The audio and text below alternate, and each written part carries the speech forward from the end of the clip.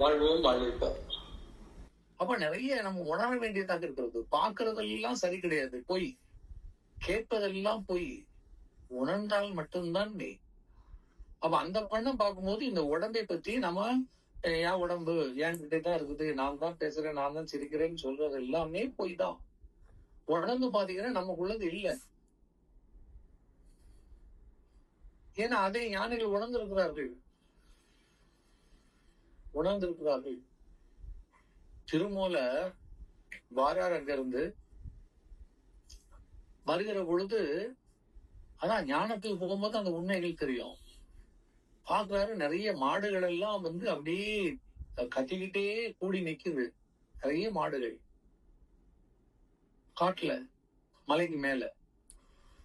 நேரம் அந்த மாடுகள் பக்கத்துல வாராரு. ஏன் மாடெல்லாம் கத்திட்டு இருக்குதுன்னு போய் பார்த்தா, அந்த மாடை மேய்ச்சிட்டு வந்தவன் அவன் பணமா கிடக்கான், இறந்து கிடக்கான். மாடுகள் அவன் அப்படியே மோந்து பாக்குது, சுத்தி வருது, கத்துது, எல்லாமே. ஏன்னா நேரம் இருட்டிட்டு அந்த சூரியன் இறங்குகின்ற பொழுது அவன் மலையை விட்டு இறங்கிடுவான். மாடுகளும் கரெக்டா வந்துருவாங்க எங்க மேய்ஞ்சிட்டு இருந்தாலும். அது ரெகுலரா பழகினது. இப்ப சூரியன் இறங்கிடுச்சு, எல்லாம் சேர்ந்து வந்து நிக்குது. இவன் போனாதான் இவன் பின்னாடி வரும். இவன் படுத்து கிடக்குறான், போக முடியல. பக்கத்துல வந்து பார்த்த திருமூலருக்கு புரிந்து விட்டது, அவன் இறந்து விட்டான். இப்ப அந்த மாடுகள் எல்லாம் எப்படி போகும்? விரட்டினா கூட நகர மாட்டேங்குது, அவனையே சுத்திட்டு வருது. பரிதாபமாக இருந்தது. அப்ப இந்த மாடெல்லாம் நம்ம வீட்டுக்கு கொண்டு விடணுமேன்னு சொல்லி இவர் என்ன பண்ணிட்டாரு திருமூலர், தன் உடம்பை ஒரு ஓரத்தில் படுத்து அந்த உடம்பை அப்படி கீழே கலத்திட்டு இந்த இறந்து போன இந்த உடம்பிற்கு அவர் ஒட்டி கொண்டார், எந்திரிச்சிட்டார். அப்போ அந்த மாதிரி கூடு விட்டு கூடு வாய்கிற ஒரு ஆற்றல் ஞானத்தில் இருக்கிறது. மற்றவங்களால முடியாது, சயின்டிஸ்டால கூட முடியாது. அப்போ நீங்க அந்த ஞானத்தை உணர்கிற பொழுது, ஆகாய சக்திக்கு போகிற பொழுதுதான் இந்த மாதிரி ஆற்றல்கள் எல்லாம் நமக்கு. அப்ப ஞானம் எவ்வளவு உயர்ந்தது, உணர வேண்டியது. படிச்சு பார்த்து சொல்றதுல அல்ல. உடம்ப கூட்டிட்டு இவர் என்ன பண்ணிட்டாரு, அந்த மூலன்னு அவனுக்கு பேர், இவருக்கு பேரு சுந்தர திருமூலர். மூலனுடைய உடம்புல ஏறி மூலனாகவே இவர் வர்றாரு. இப்ப மாடுகள் எல்லாம் ஓடுது. மாடு பாத்தீங்கன்னா அது போக தயாராயிட்டே எதிர்பார்க்காது, அது போயிட்டே இருக்கும்.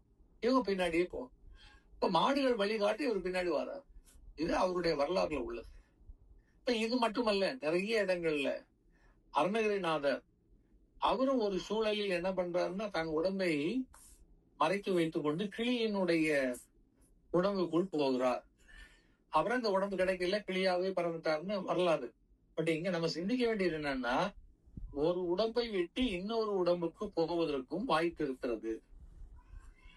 நன்றாக சிந்திக்கணும். ஒரு காலத்துல இந்த பெண்கள் நிறைய, பெண்கள்கிட்ட ஆண்களை விட நிறைய தியான சக்திகள் நிறைய இருந்தது. அப்ப இந்த பொண்ணுகள் என்ன பண்ணுன்னு சொல்லியாச்சுன்னா, தவம் பண்ணும், தியானம் பண்ணும். பண்ணுகிற பொழுது அந்த ஆற்றல் நிறைய வரும். தவம் பண்ணி பெண்களுக்கு ஆற்றல் நிறைய வரும்.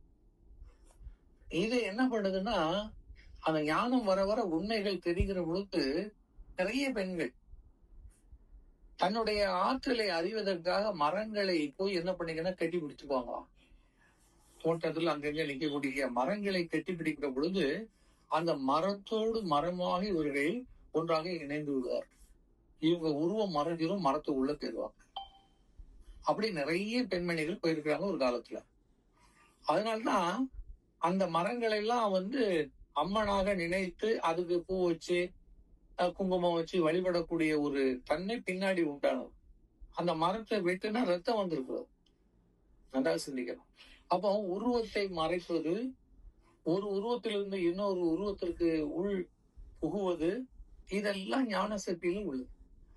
ஞானத்தால் முடியும். அப்ப ஞானம் என்பது சாதாரண வாழ்க்கையில் உள்ளது அல்ல, அதற்கு மேல் உயர்ந்த நிலையில். அப்ப நம்ம ஞான பயணம் போகும்போது மற்றவர்கள் மாதிரி சாதாரணமாக நாம் இல்லை. நாம் உணர வேண்டியது, நாம் இப்ப எங்க போறோம், உச்ச நிலைக்கு சென்று கொண்டிருக்கிறோம். இதனுடைய தன்மைகள் எல்லாம் வேறு. அப்ப அந்த உச்ச நிலைக்கு நாம செல்ல செல்ல நம்முடைய தனித்தன்மை என்னன்னு பார்த்தா, இந்த கூட்டு வாழ்க்கைக்கும் உலகம் சொல்லிக் கொடுத்த பாடத்திற்கும் ஒத்து வராத தன்மைகள். இயற்கையின் தன்மை தான் நாம் இருக்கோம். முழுமையாக இயற்கை.